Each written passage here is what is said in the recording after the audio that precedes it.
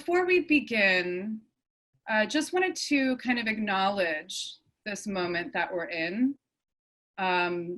This is a really hard time for many, and I know that there's a lot going on in your lives, in your personal lives. I know some of you may have been personally affected by what's happening in the world right now.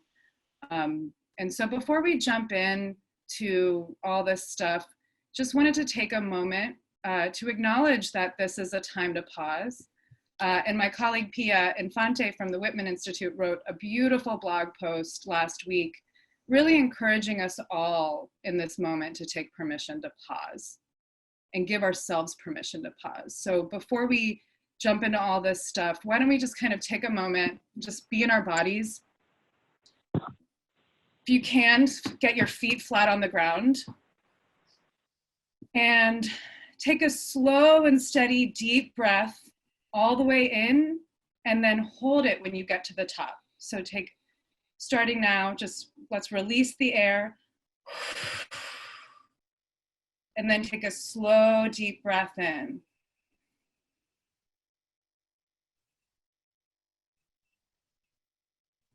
Hold it at the top, and then let it go. Let's do that one more time.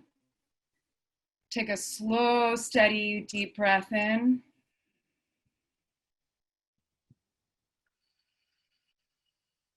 Hold. And then let it all go. And shake it out. Whew. Thank you. Thank you for participating in that. It's a good reminder that we are all humans and we are all dealing with a lot of complexity right now. And again, we are just so grateful for you being here with us today. So what are we doing here today? This is a partnership with the Trust-Based Philanthropy Project and Philanthropy California, which is the alliance of Northern California Grantmakers, Southern California Grantmakers, and San Diego Grantmakers. All of our Philanthropy California folks, can you just raise your hands for the group to see? Thank you, thank you, thank you. So we are partnering with Philanthropy California to bring this programming with you. And I'm going to share my screen with you so you can see a couple slides. Hold on one second, bear with me.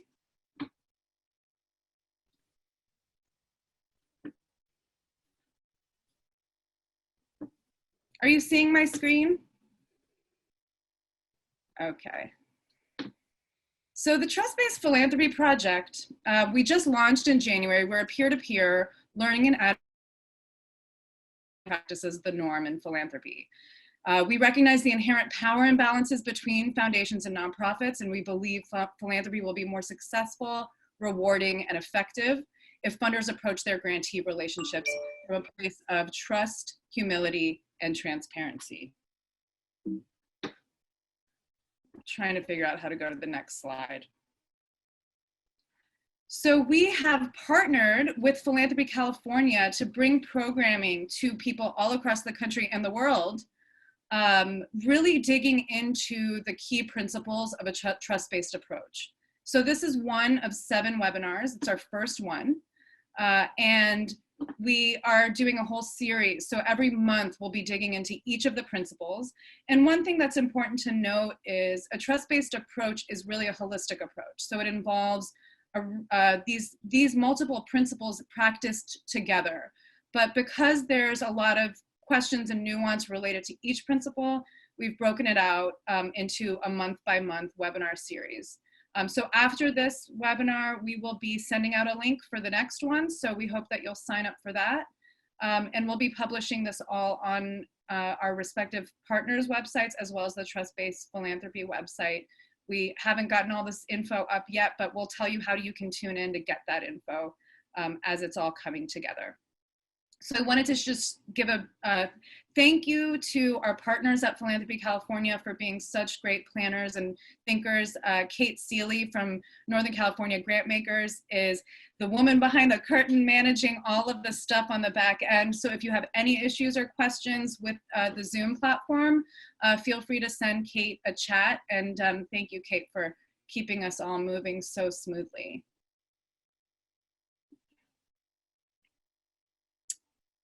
Before we go into our program, I want to introduce our speakers for the day. Just want to make sure, are there any questions or anything that you'd like us to address before we jump into the program?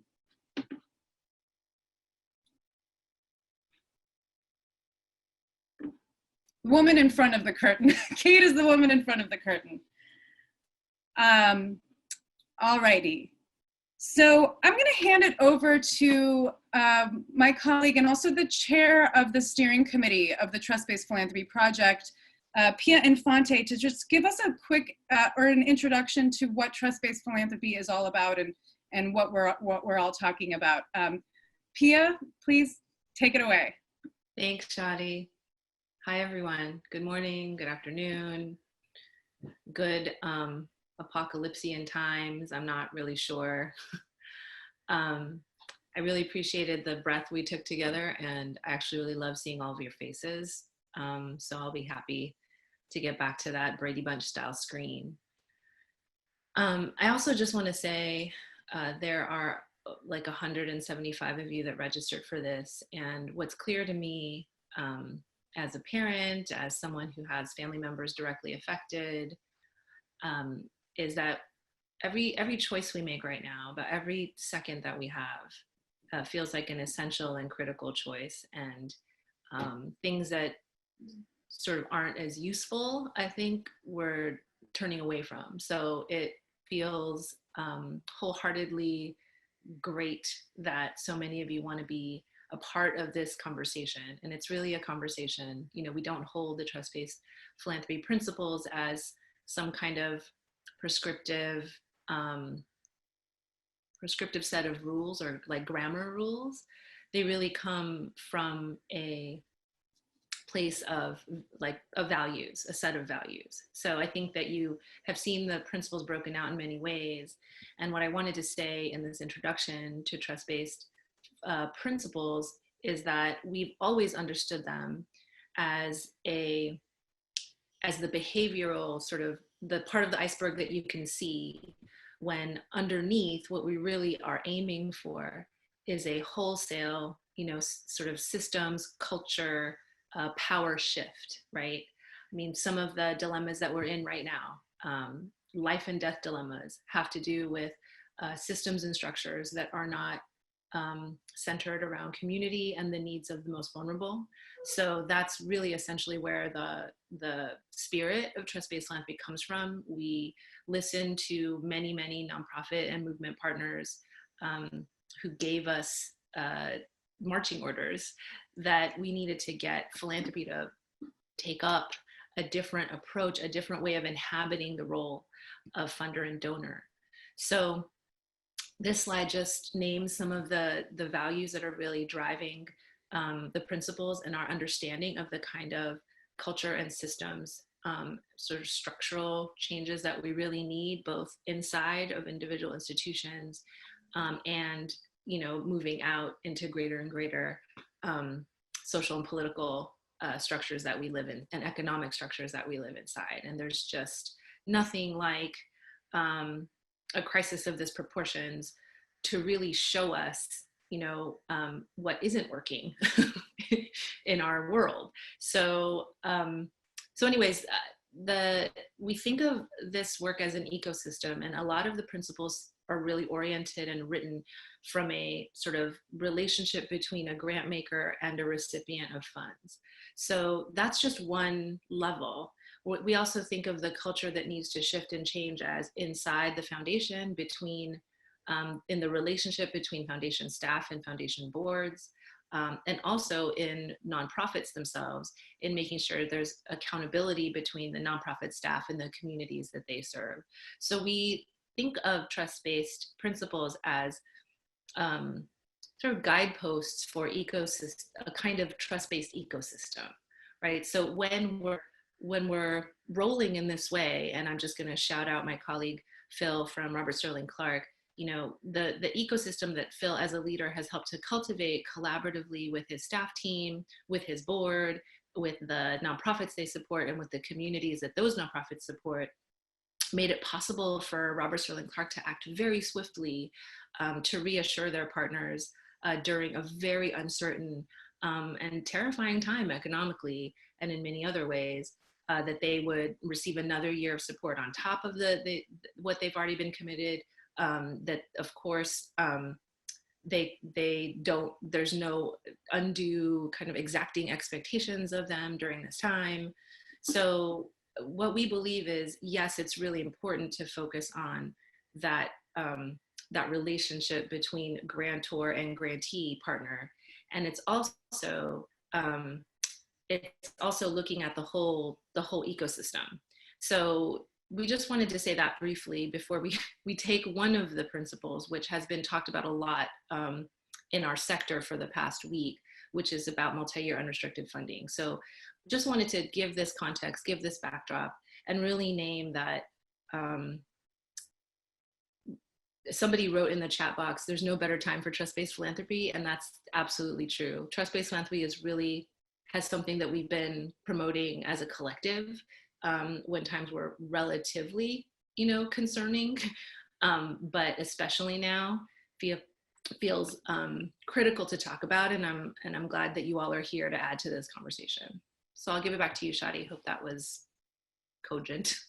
Thank you, Pia. And can you comment a little bit more on this particular moment and what you're seeing and why there seems to be this kind of leaning toward more trust-based practices? Yeah, I mean, I'll say that we, in the Trust-Based Philanthropy Project, we feel like we've been connected to and have known a pretty large network of funders who already operate in this way, right? They already listen to communities and partners. They already partner in a spirit of service. They're already collaborative, humble leaders who have really reimagined kind of a gatekeeping or a kind of administrative role, and really see their work as part of, weaving together partnerships for social good, progressive change. I think that it was interesting. I've been talking about this for a while now, so I apologize if some of you just heard these things over and over again from me. But over the years, people have often said things like, that approach can only work if you're, a tiny foundation with, you have complete control over all the levers. It could never work, in a larger philanthropy. We could never imagine, streamlining our paperwork, having funds be unrestricted because we're strategic and we want to have specific policy impacts. I think it's interesting in a time like this that all of a sudden those reservations have evaporated for many philanthropies. So philanthropies are saying, wait, I'm sort of paying attention to the moment that we're in. We could really lose, we're devastatingly, we're losing human beings. And then institutions and organizations are very threatened by this time. And in the nonprofit sector, I think that the clarity that what nonprofits really need right now is a partnership that is more like, hey, we're in it with you, right? We get that we may have given you a grant to run a youth development program, but right now, maybe it's much more important to help families navigate this time, to get health insurance. Who knows? Who knows what communities are really asking for? And if we are so controlling about what grant dollars are used for, then we've been inviting people to sort of fabricate whatever we want to hear, and we're not being truly responsive. So I'll say that all of a sudden, more philanthropies have wanted to turn this way or act this way. You may have seen the pledge that went out from the Council on Foundations. And I think pledges and promises are great. And really for us, it's about, what really changes now and for the long term, because we don't see trust-based philanthropy as emergency response funding, right? Emergency know, there's a crisis, we fund in that way in an unrestricted stream of, you know, flow of resources, and then, you know, the crisis is over and we revert back. That is not what we believe here. We think that this is, and also we don't know, we're very uncertain about, obviously, what's going to happen with this pandemic in our country. We have no idea what the long or short road really looks like. So this kind of partnership we think is necessary to help rebuild and reimagine a strong public sector that can try to pick itself up and weather not just this, but we have no idea what other pandemics of different kinds are in store for us. So instead of thinking of trust-based philanthropy as an emergency response or crisis funding, which some philanthropies might be holding it as, we really are holding it out and challenging the sector to imagine it as one of the best ways to frame partnership for building a society that actually addresses the needs of everyone, whether we're talking about democracy, the economy, or anything else. So that's my quick take on it, and I'm happy to stop talking and start hearing from other people. Thanks. Thank you, Pia. So that was Pia Infante, Co-Executive Director of the Whitman Institute. We'll be hearing from her a little bit more. As we know, and as Pia mentioned, we are in a moment when, is my video coming in okay? It looks like I'm a little unstable. Okay, we're back. Sorry, I was having some technical difficulties. Anyway, thank you for your patience. Thank you, Kate, for figuring out the wizardry of Zoom. And thank you, everyone, for being back with us and being patient. I guess that gave us all a moment to pause. I had a moment of freak out, but here we are, we're back, and it's 10:30 Pacific time, and we're not too far behind. I wanted to actually, before we move along, you know, we are in this moment, as Pia mentioned, where there's a lot of quick action to bring more flexibility to nonprofits. And I think this is a moment, we're in this moment of crisis, unrestricted funding.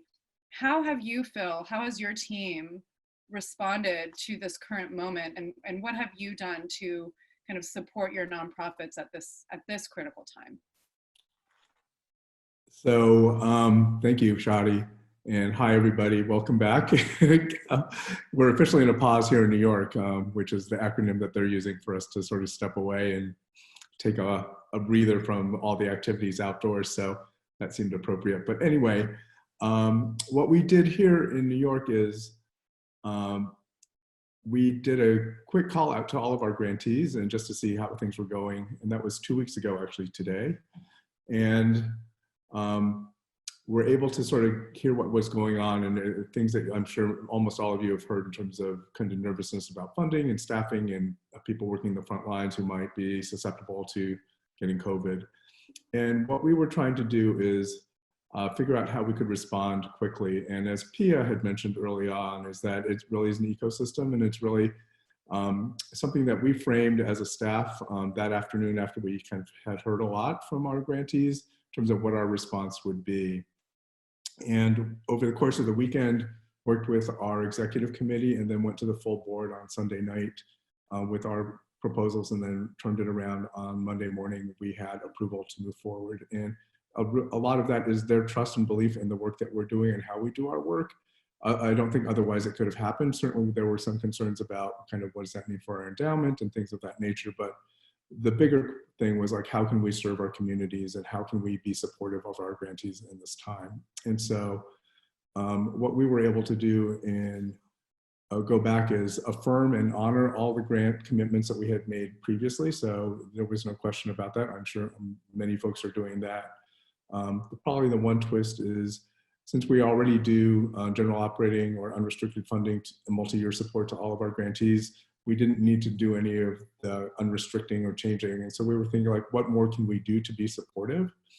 And so what happened is we came up with this idea of what we call +1, which was adding 1 year of funding to every grant that is out there. So if you were a grantee whose multi-year expired or got completed in 2019, we would automatically add another year so that you would have coverage for 2020 and didn't need to worry about applying.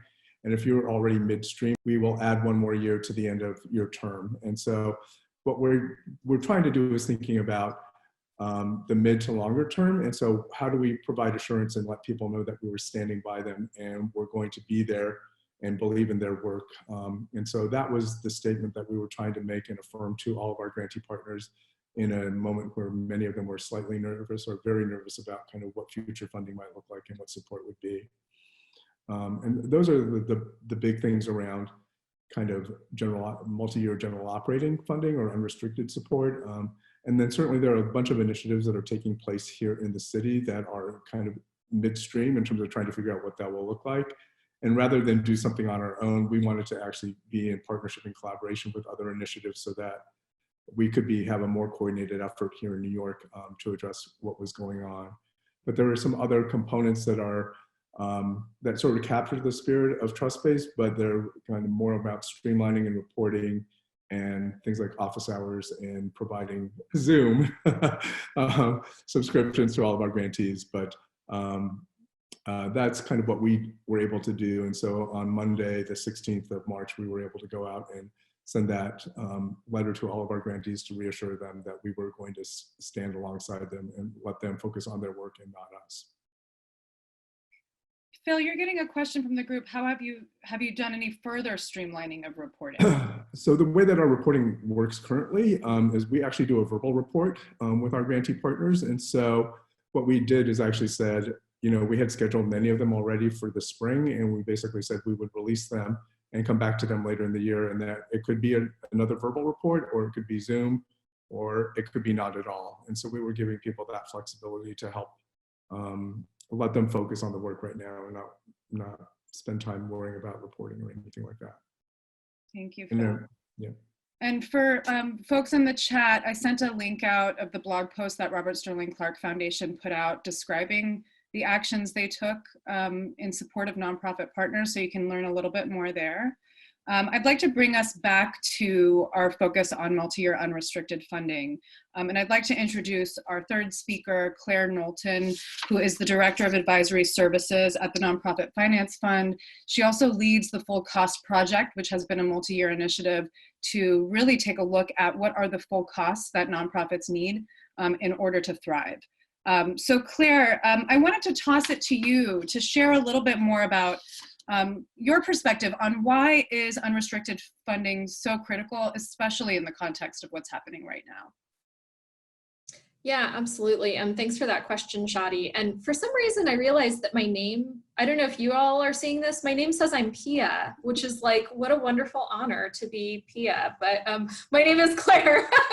So something, oh, now it says Claire. I don't know if other people saw that. Okay. No, that's a great question. And I wanted to answer that first by talking exactly how unrestricted support builds the financial sustainability of organizations. Because often when we talk about the value of unrestricted support, we talk about day-to-day expenses. We talk about unmet infrastructure needs, with words like overhead or indirect costs that aren't being covered.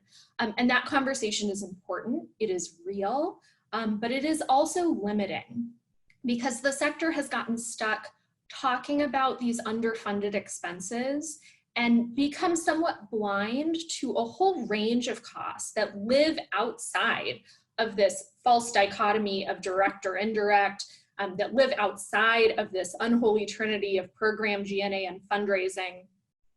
And so what NFF's full cost framework does is it's a way to lift the sector out of that narrow view of costs and really name and claim everything that it takes to run an effective, impactful nonprofit organization for the long term. And this is the work we've been doing in partnership with Philanthropy California in the Full Cost Project, is really spreading knowledge about the full cost framework and how to apply it. So I am just going to talk about two types of costs that live within the full cost framework. There are more, but these are the ones that are most relevant right now. And they are first, working capital, which is unrestricted cash on an organization's balance sheet to manage cash flow and manage delays in payment without interruption to normal operations. And the second is reserves, which is also unrestricted cash on the balance sheet. But the purpose is to help survive a bad year, to take advantage of new opportunity, or to make changes in the face of changing conditions. And so right now, we are seeing in real time how organizations without adequate unrestricted cash on the balance sheet to respond to this crisis are in real danger of suspending operations altogether. NFF has been surveying nonprofits about this crisis, and I have some very preliminary findings that I can share with you. I want to emphasize that they are preliminary, but I think that they are telling, so I offer them here with trust. So what our early results are showing is that in California, 70% of respondents have already lost earned revenue. 56% of respondents have already lost contributed revenue. And 2/3 of respondents have said that this crisis right now already is a threat to their ability to exist long-term. Others have said they are expecting that it could become a threat later in 2020, but right now, 2/3 are saying this could potentially shut them down. And I just want to acknowledge that, like, while this crisis feels like it's been going on forever, we should remind ourselves that it's actually only been a matter of weeks. They've been really, really bad weeks, but it's been weeks, not months, not years. That's causing 2/3 of respondents in California to say this could close our doors. So why is our sector so perpetually financially fragile? Why is it that most organizations don't have adequate working capital, don't have adequate reserves? It is because they have no way to build them. So to get just a little bit technical, the accounting mechanism by which organizations build working capital or reserves is unrestricted operating surpluses, meaning that unrestricted revenues are greater than expenses for the year. So that unrestricted surplus is what builds an organization's balance sheet health. It's what turns into unrestricted net assets on the balance sheet, that organizational safety net. Unrestricted surpluses accumulate over years to become a more robust organizational safety net. And this should make some intuitive sense, right? So if in your personal life you imagine that a financial advisor came to you and said, like, hey, here's the secret to building financial stability for your family. I want you to take your paycheck. I want you to take everything you earn. I want you to spend it down to zero, down to the penny. There should be nothing left in the bank account at the end of the month. You know, we would all laugh that person out of the room, but that is exactly how our restricted grant contracts are structured for nonprofits. Spend every penny. You aren't allowed to generate any sort of a surplus. And in fact, if you find efficiencies, if you are able to deliver what you promised at a lower price, well, we'll take any of that money back. So this is the value of unrestricted funding that we don't talk about enough. We all say we want resilient, effective organizations that can weather the storm, that can keep delivering on their mission in their community for the long haul. But the predominant foundation funding structure of restricted grants is fundamentally misaligned with that goal.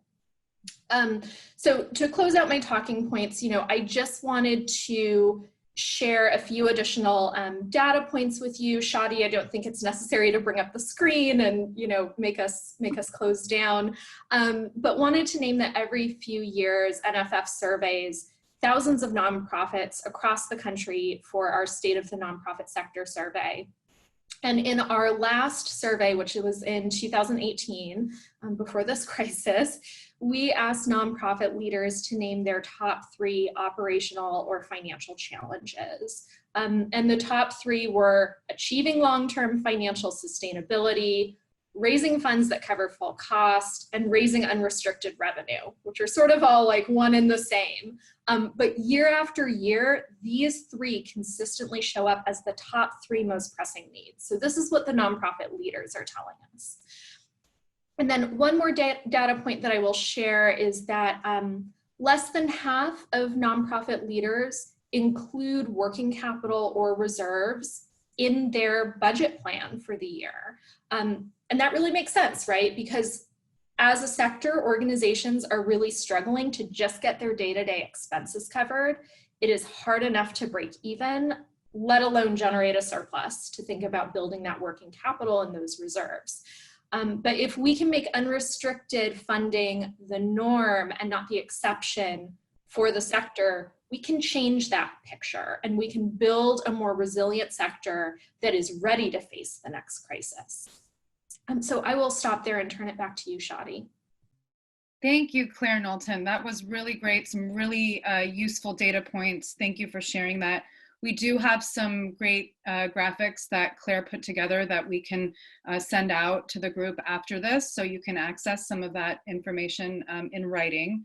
I'd like to bring it back to Pia Infante, co-ED of the Whitman Institute.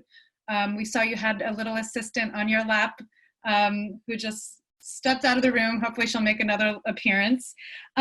Pia, as one of the kind of early architects of trust-based philanthropy at the Whitman Institute, we often talk about multi-year unrestricted funding as one of many, but it really is one of the cornerstone approaches in a trust-based approach. Can you shed a little light on the Whitman Institute's approach toward multi-year unrestricted funding, and also how you see unrestricted funding as distinct from general operating funding? Sure. Well, my assistant / supervisor is now Bank Rum, so I apologize for that. Let's see, what's your question? I actually want to speak to the terminology. So there's, we have the full cost project here. Claire, that was so helpful. Thank you so much. It really speaks to why this is not an emergency funding approach, and that folks like you and others have been thinking about how, oh, she's back with her drum stick. So it speaks to what we have been thinking about for a long time, which is to take nonprofits out of a starvation cycle, basically. And so the way we think of this kind of funding, and I want to talk about terms and maybe even pull in fantastic ally lawyer Jean Tom on this, regardless of what terminology we are using, general operating, unrestricted, full cost funding, operating funding, I think what's important is the intention underneath the tool, right? These are all tools. These are grant making tools. They have been used, they can be used in many different kinds of ways, and some more open and in a spirit of partnership, and some less, right? So it's not this, it's not a grammar point, right? It's really a value. Again, it's a values point and a practice point, and what is the intention and motivation underneath the tool. We've heard people who have quote unquote received general operating support say that it's so restrictive that they don't count it as unrestricted support in some ways, right? So, and Claire probably, and Jean will have, maybe more precise definitions here, but I think regardless of what the type of funding is, and there might be different uses for different terms at different times. Right now, one question that some people might have is how relatively easy or difficult is it to go from a restricted grant to an unrestricted grant right now, right? In this fiscal year, in this moment, given everything that we are seeing and what Claire has just said.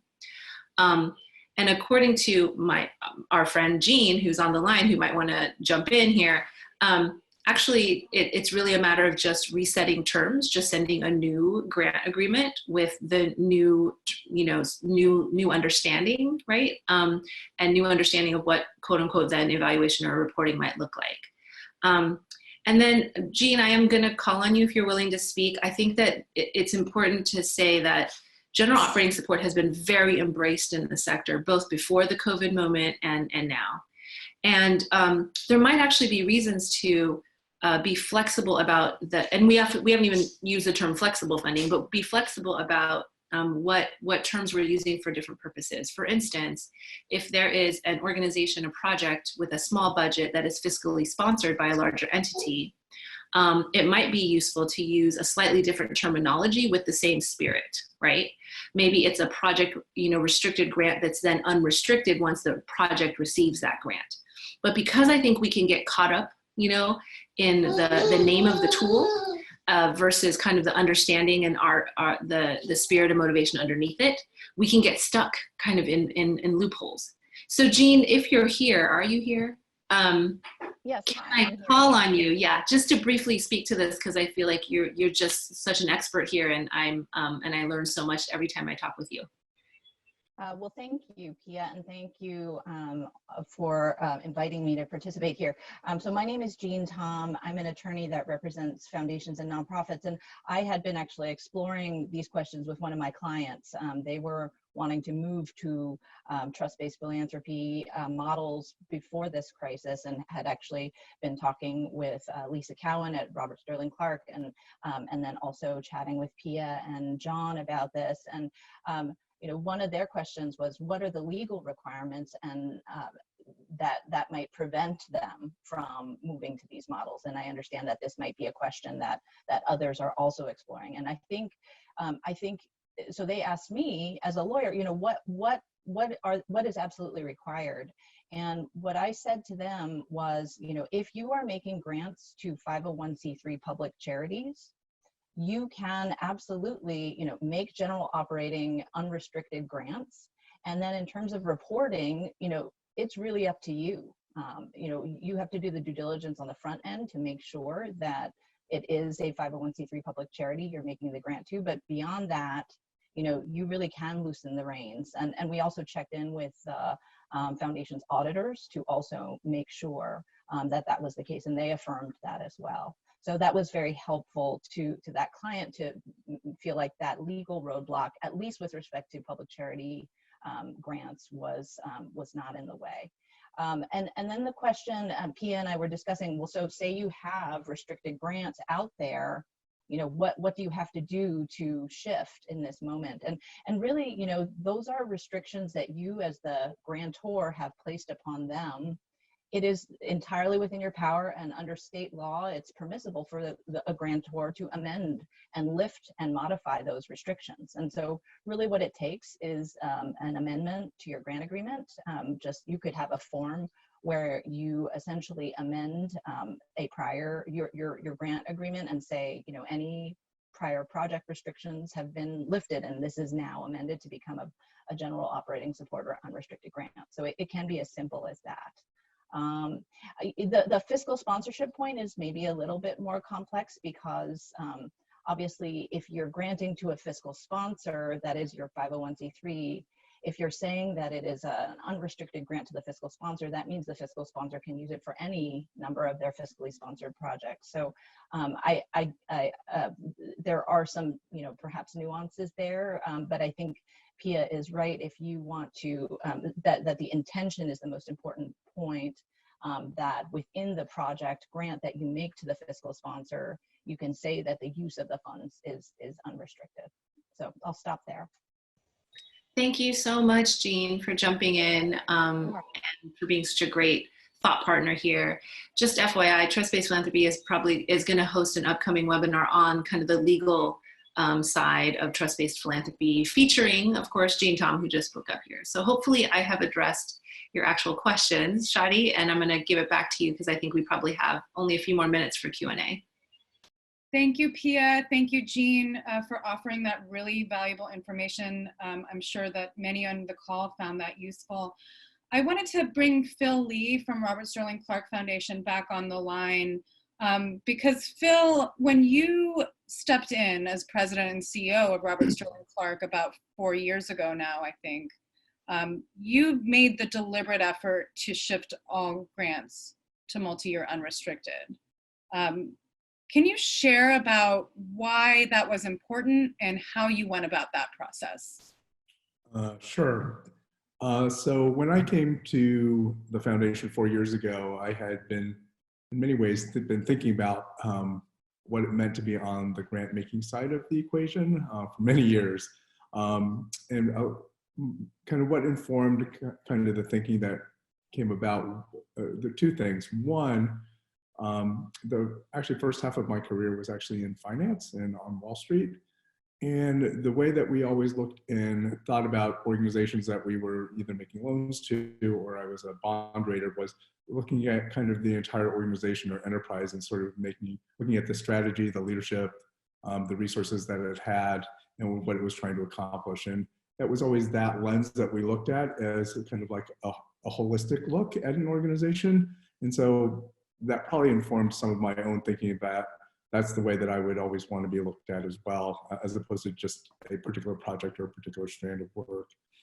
And then subsequently, after I did that, I went and became the executive director of a nonprofit here in New York, and I was a grant seeker.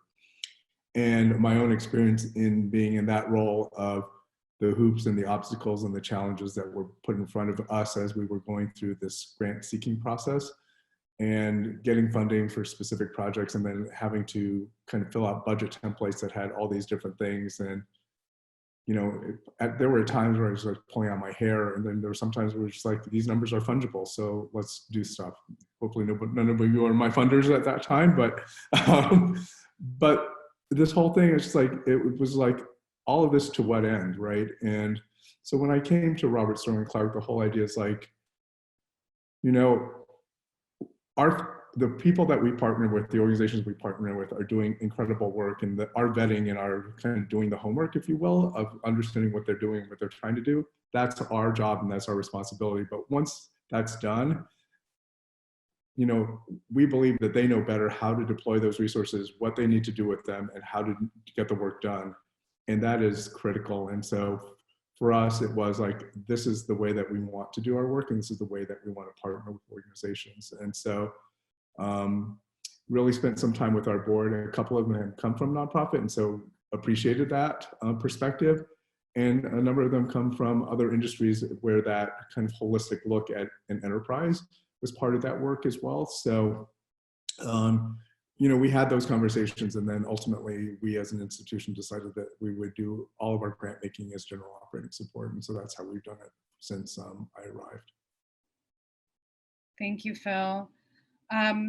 We wanted to shift toward some FAQs. So, you know, we've been on the road, Phil, Pia, many of our other trust-based colleagues that are on this call, John Esterly, and others who I probably can't see, have been on the road sharing about trust-based practices and really fielding a number of questions. And I know for some of you on the call, you're looking for tips on how to make the case to your boards or how to respond to the critical questions that do come up. So we've surfaced a number of those kind of most commonly asked questions. So we're going to move into a portion where we're going to be addressing some of these, what we call the skeptical questions about multi-year unrestricted funding, hopefully to shed some more light on how you can respond to those questions if they come up, and how you can better understand the value and how to kind of rethink certain processes in this context. Then we'll reserve the last 15 minutes of this call for actual interactive Q&A. But if questions are coming up for you as we're talking, please chat them in the chat box. I'll be monitoring those, and we'll be serving those up to our speakers. And thank you for sticking with us. I just noticed we still have over 100 people on the line, despite all the technical difficulties. So thank you for being here. So I'm going to just put it on our screen, on my screen. One of the first skeptical questions we get is, hold on, let me just do view slideshow. How do you measure impact with unrestricted grants? This is a big question that comes up quite a bit. I think some of you who registered also asked this question. So I'm going to toss it back to Phil Lee from Robert Sterling Clark to share his perspective, and then we'll do then we'll invite Pia to also share. Impact, that is the one that we often get, or one of the most often ones. And I think at Robert Sterling Clark, we come at it from two different perspectives. One of them is kind of a little bit akin to what many foundations already deal with in terms of like asking, you know, what metrics and things like that. But for us, I think this is kind of in the trust-based approach, or looking at it from that lens, is that we actually ask each of our grantees, what does success look like for you?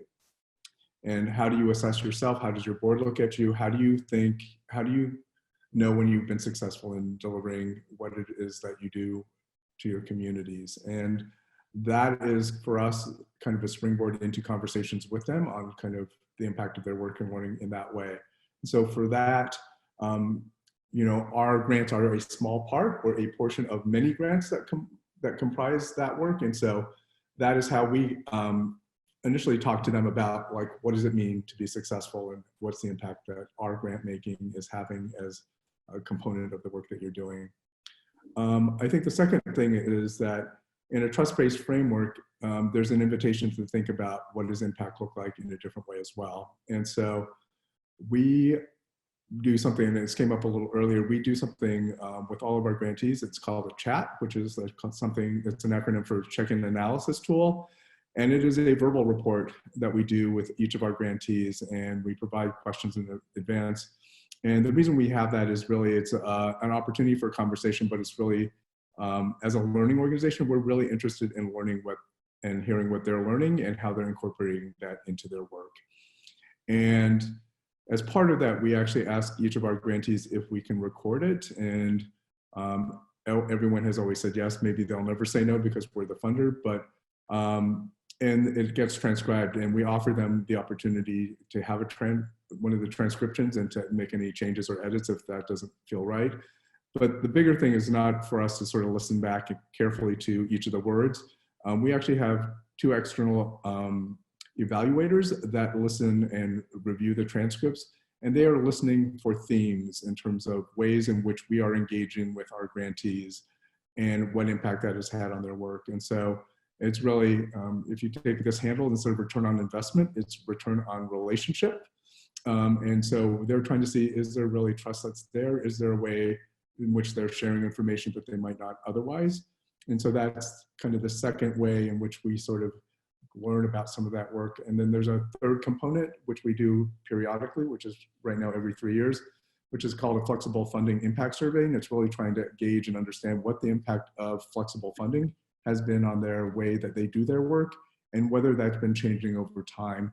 A little bit of that is couched in our interest in trying to make the case to the field for increased flexible funding for grantees. And so that's how we have captured kind of this larger question of impact with our grantees and the work that we're doing. Thank you, Phil. So two kind of big themes that we're seeing is, one is number of foundations are turning the lens on themselves, kind of understanding how well they are doing their work as funders. Other funders are inviting opportunity for grantee partners to define their own success measures and share learnings along the way. Pia Infante, the Whitman Institute, do you want to share some insights here? Yeah, I just had a couple of thoughts, which they're coming up in the chat as well. So what is our definition of impact? And we care about people. So in some sense, one of the things we look for is what is the impact that our partners, you know, the actual people and leaders in the organizations we support, what is the impact on them? And we get their feedback a lot.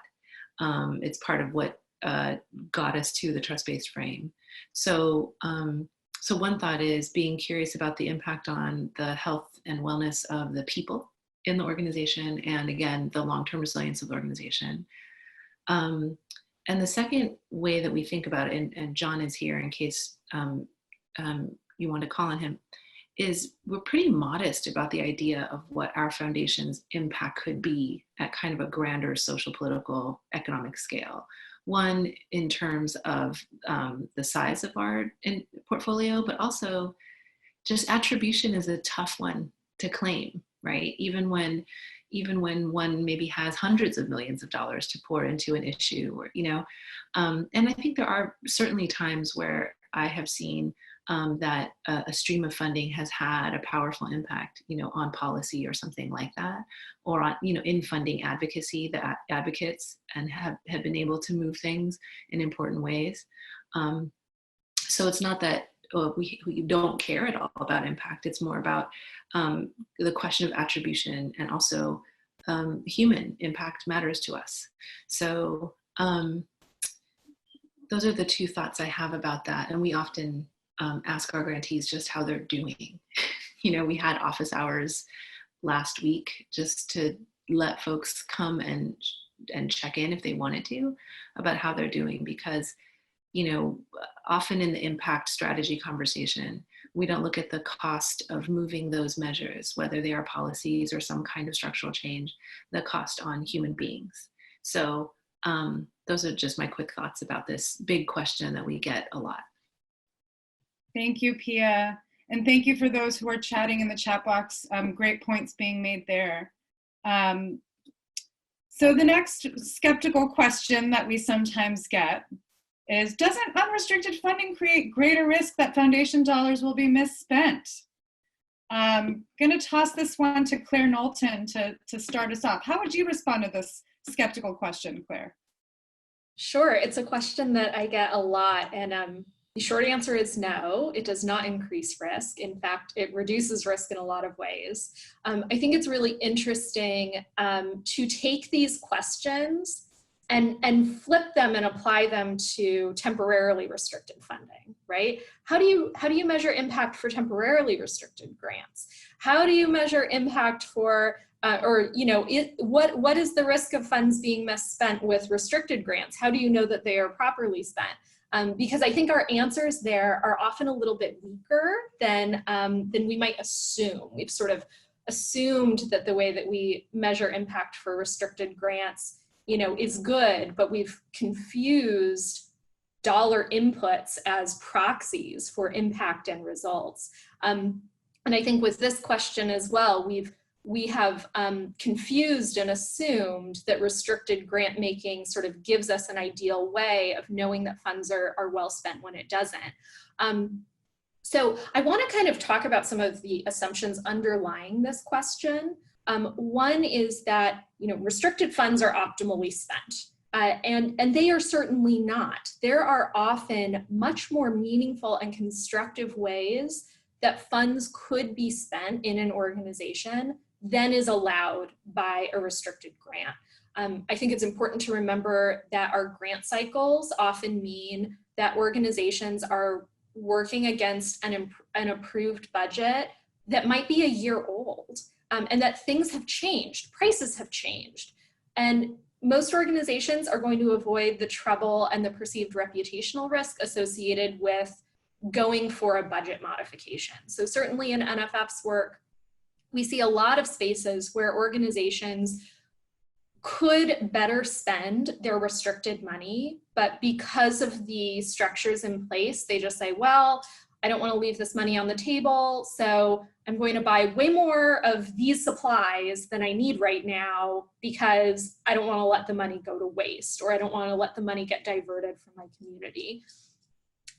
Another assumption that's kind of hidden under this question is that foundation program officers somehow have better information than nonprofit leaders about how to spend the money effectively, and that the restriction allows us as the foundation to assert that control over how spending happens and kind of say, like, we know best. And of course, like, that's not the case, right? We all believe that those who are closest to the problem are closest to the solution. We all know that the nonprofit leaders have better data and real-time data available to them that we don't, to guide their spending decisions. So really, restricted funds carry with them the risk that funds are spent ineffectively because the decisions are being made by people who have less information, which is us, the foundation.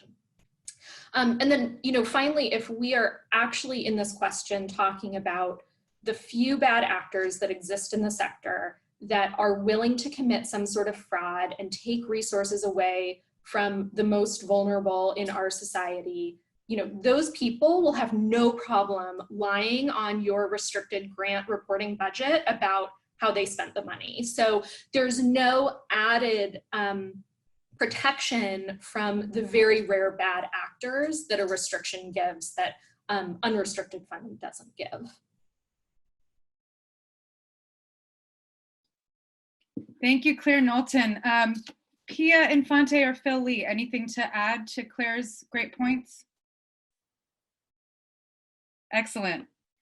So what's another skeptic? Thank you, Claire. That was really, really excellent. We've got, I really appreciate that you were challenging the underlying assumptions in that. There's clearly a lot of power and control couched in that question.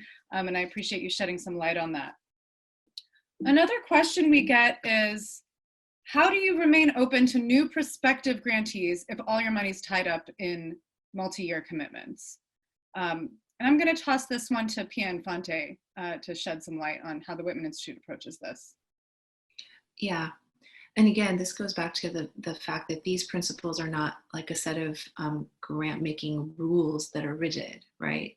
It's meant to underlie, there are a lot of values underlying it. So for us, the way we've dealt with having some funds for emergence, for instance, what's happening right now, is that we have a portfolio that is multi-year unrestricted funding for 3 years at a time that renews. And then we also have set, historically we're spending out. So these things are changing in our final 2 years, but we've historically set aside an annual fund that has sometimes been used as a rapid response fund. So it's more about how we want to think about the relationships with our long-term partners and what's useful for them to know that they have committed from us. They've told us that's very helpful. At the same time, in our annual fund, we have also been able to address things that emerge and that are very concerning, or sometimes, like, for instance, we've used some of our annual funds this year to increase our grants to our current multi-year partners, a set of them, because the urgency of, like what Claire mentioned, for the organizations feels very, very real. So that's one way to think about it.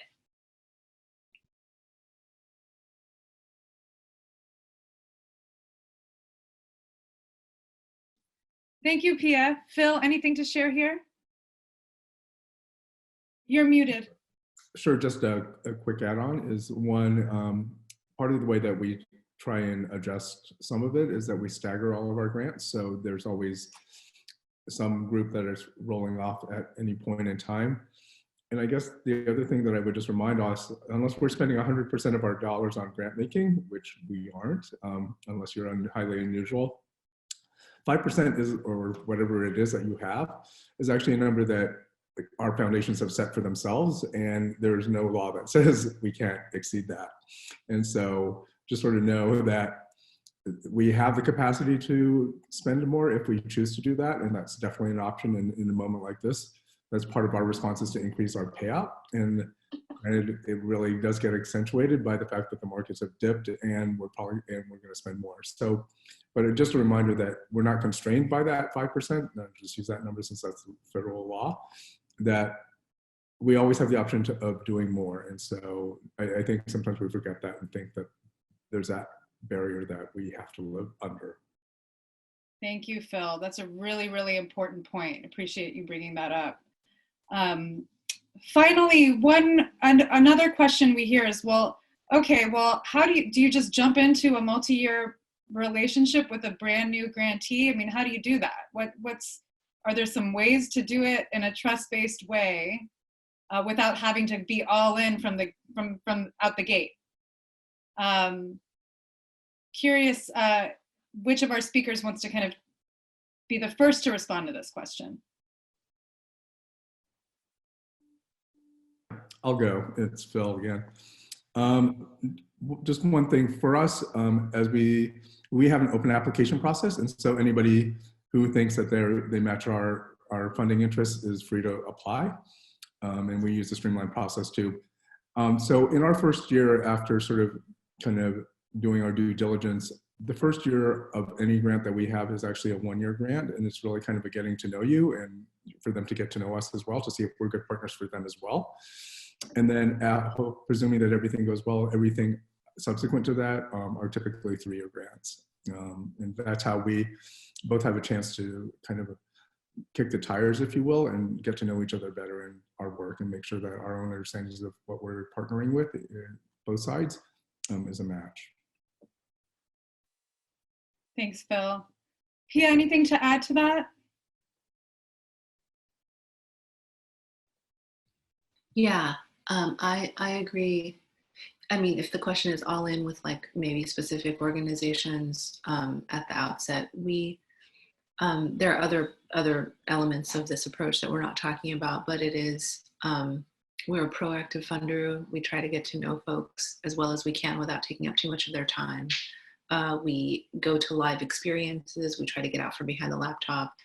So, you know, relationships, you know, they deepen and trust gets built over time.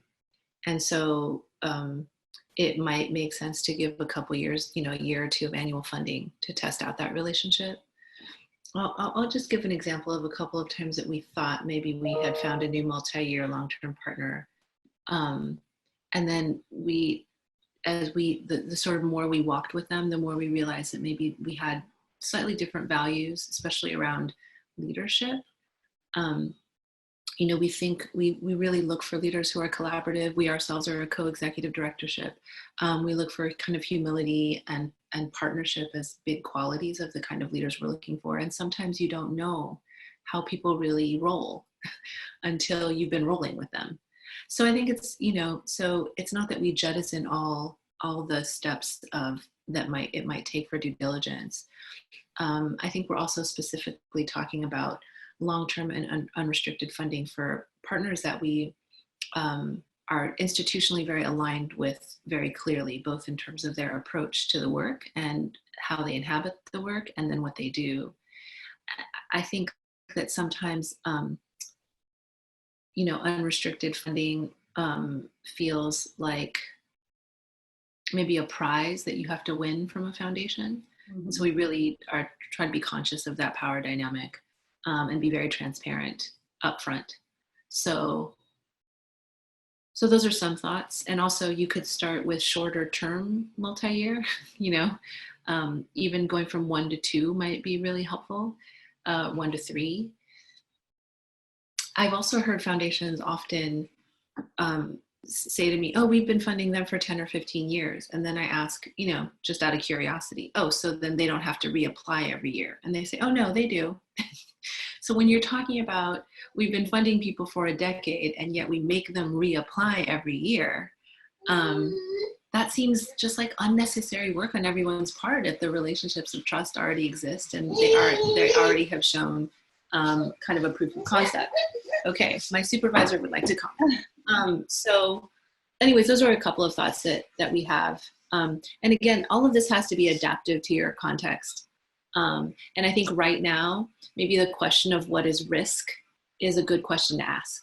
You know, how risky is it to just commit to 3 years right now to a set of partners, especially ones that you already have vetted and that you know. Thank you, Pia.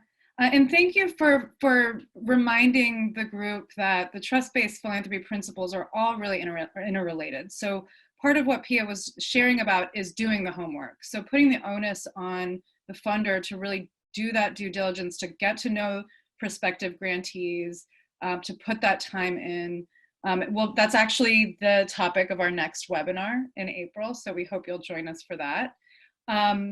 There was a question from Audie McRae on just kind of more highlights on how to do that do the homework process. Pia, would you mind sharing a little bit more about TWI's process in doing the homework? Sorry, I'm just reading the question. The question oh, actually, maybe Claire wants to answer this one. It sounds like, Claire, you were already. Sure, I'm happy to speak to the financial due diligence piece because that's what we think about and advise on primarily within nonprofit finance fund. And in our experience, the due diligence needed when you are making unrestricted grants is actually significantly less.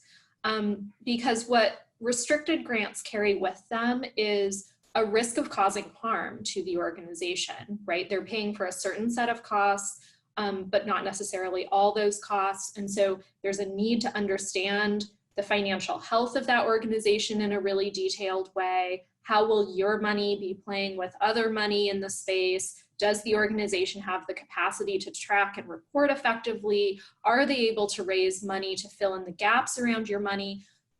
Those questions, just like they aren't there with unrestricted grant making. And so you can really focus your financial due diligence much more on understanding the need of the organization and how added financial strength and security is going to help them achieve greater impact, greater outcomes within the community. You know, I think you get to focus in on what really matters, which is like, how does this lead to results for the communities that we care about? Thank you, Claire.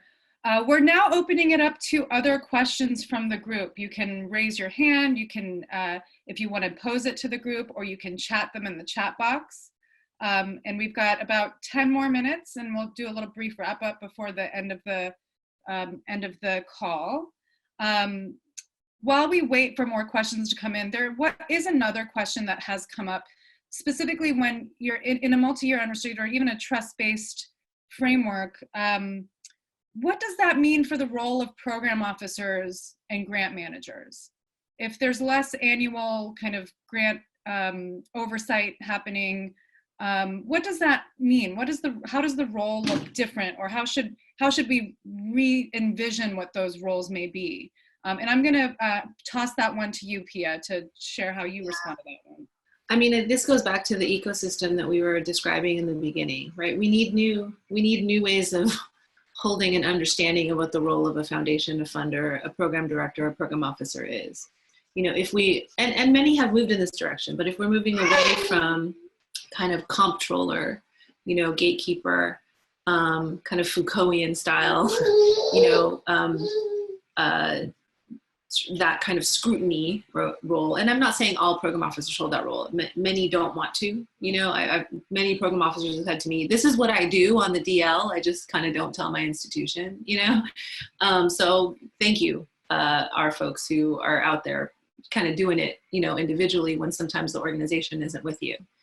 But I think that there's a fundamental need to reimagine a lot of things, you know, in our economies. And I think one of them is, what is the role of foundation staff? And we're not suggesting that all of a sudden we just jettison all these people, but wondering if their role is more like, you know, learning and kind of more about learning and more about bringing that learning to the audience of their own foundation, maybe up to their trustees. We can learn more about what it takes. Like, right, so just last week, we had office hours with some of our partners, our nonprofit partners, and we were just stunned at what they had already been able to do in just a matter of days, literally a matter of days. One had already organized 150 groups statewide to align around strategies so that this moment doesn't basically make them go under, and sort of to advocate at the state level together in their communication. I mean, amazing. And then another group had already sent out to their very large staff a mental health survey.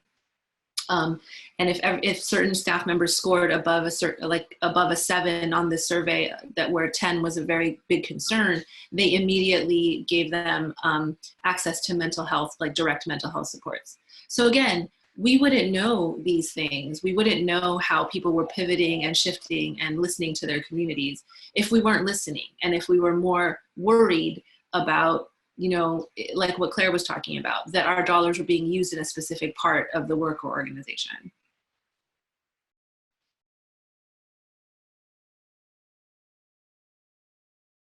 Thank you, Pia. We're getting some great questions in the chat box.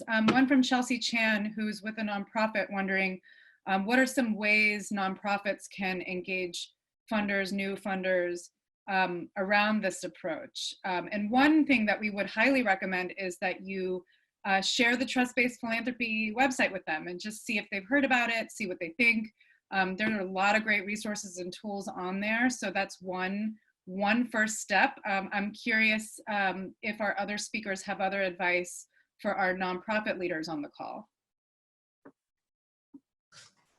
I think I would add, the full cost project is a wonderful way to get funders involved. There will be workshops across the state of California, and these are workshops that bring together funders and nonprofits in the same room to learn together as peers, to have that really honest dialogue and have conversation outside of the grant transaction, which is one of the only ways that we actually communicate as funders and nonprofits in this sector, and that needs to change.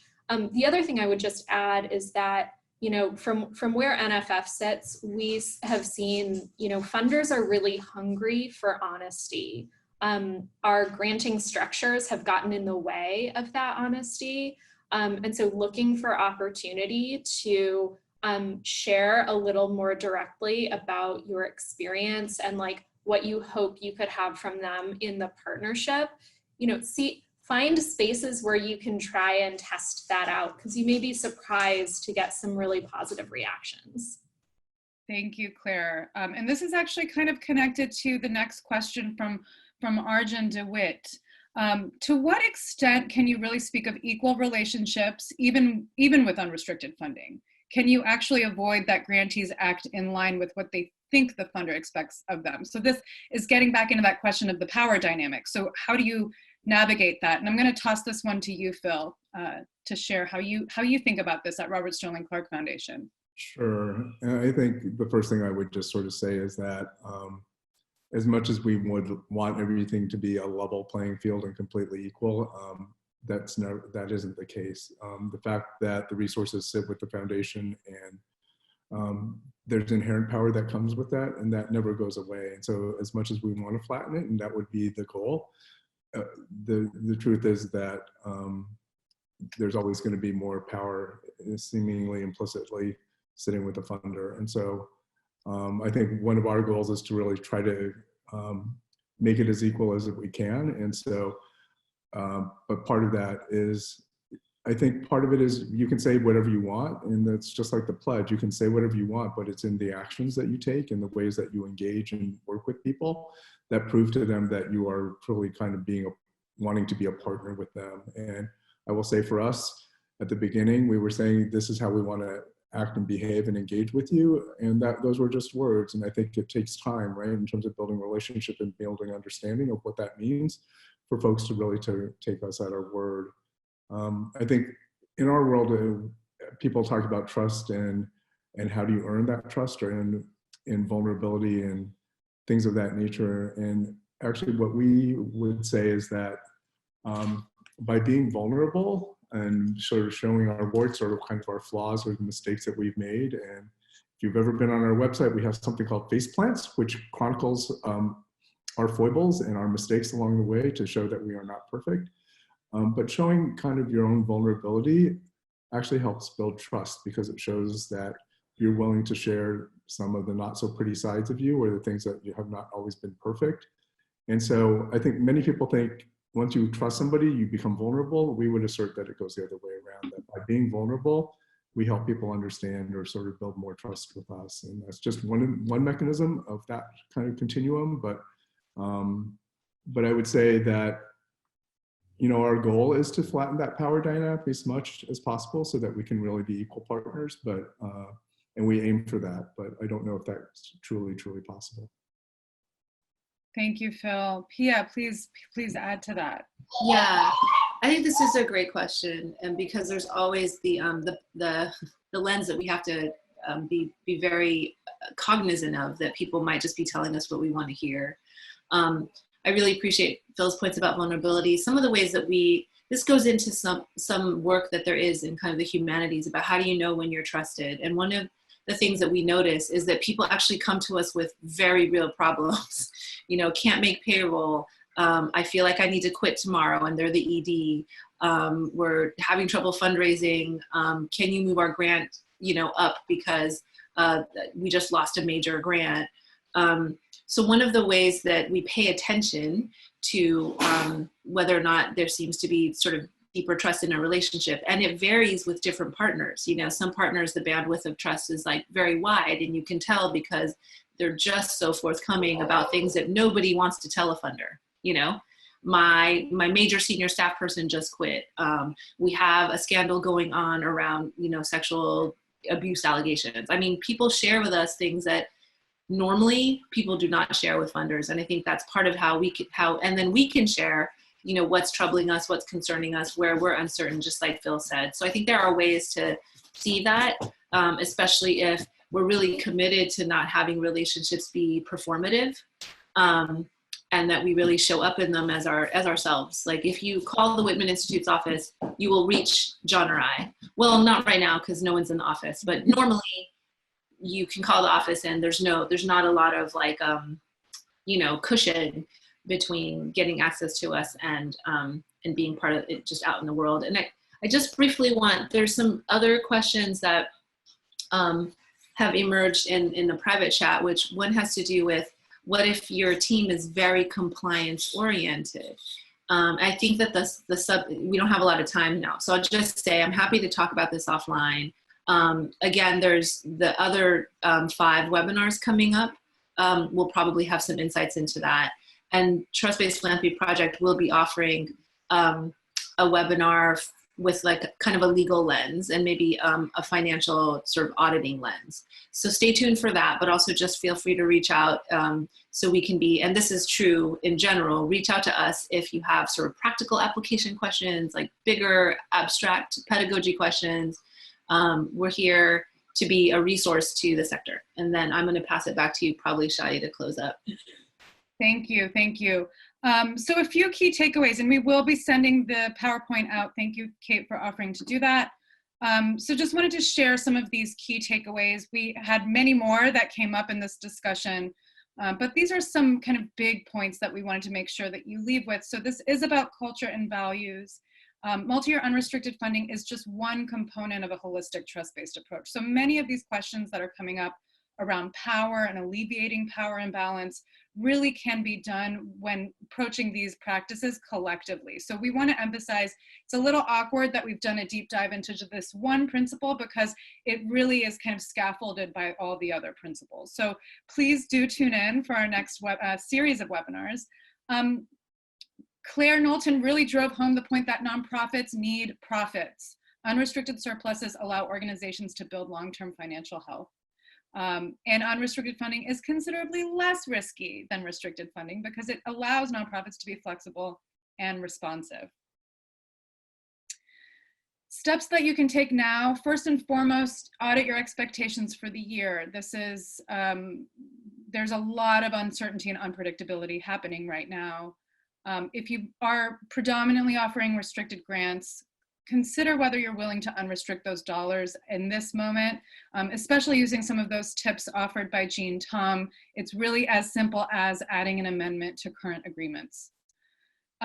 Check out the Trust-Based Philanthropy website for tools and resources. We've got one tool that is actually about how to show up in a trust-based way, written by Pia Infante, that offers some real tips on how to actually be in relationship with grantee partners. Definitely check out the Full Cost Project website. It was chatted in the chat box. It's going through an update, but you can check out some of those tools online now, and there will be more to come. We have a survey. We would love your feedback on how this went. My colleague Ayushi is going to chat that in the chat box now. It's super brief. We promise it'll take you less than 5 minutes. And feel free to email us at hello@trustbasedphilanthropy.org if you still have questions that were unresolved, or if you want to talk about how this works in your own context. We have an amazing steering committee of foundation leaders that have made themselves available to support other funders that are going through these changes. So we want to be a resource to you. And we are so grateful to you for being here. We are now at 11:32 Pacific time. So we are going to wrap it up. And please stay tuned for the next webinar. It will be in the follow-up email. Thank you to our speakers, Phil Lee, Pia Infante, Claire Knowlton, Jean Tom making a cameo appearance. And thanks again to Philanthropy California for being such amazing partners. And thank you to Northern California Grantmakers for running the show, and Kate for being so cool and collected in the moment of craziness with tech disruption. Thank you all. We hope to see you on the next call. Thanks again. Bye-bye.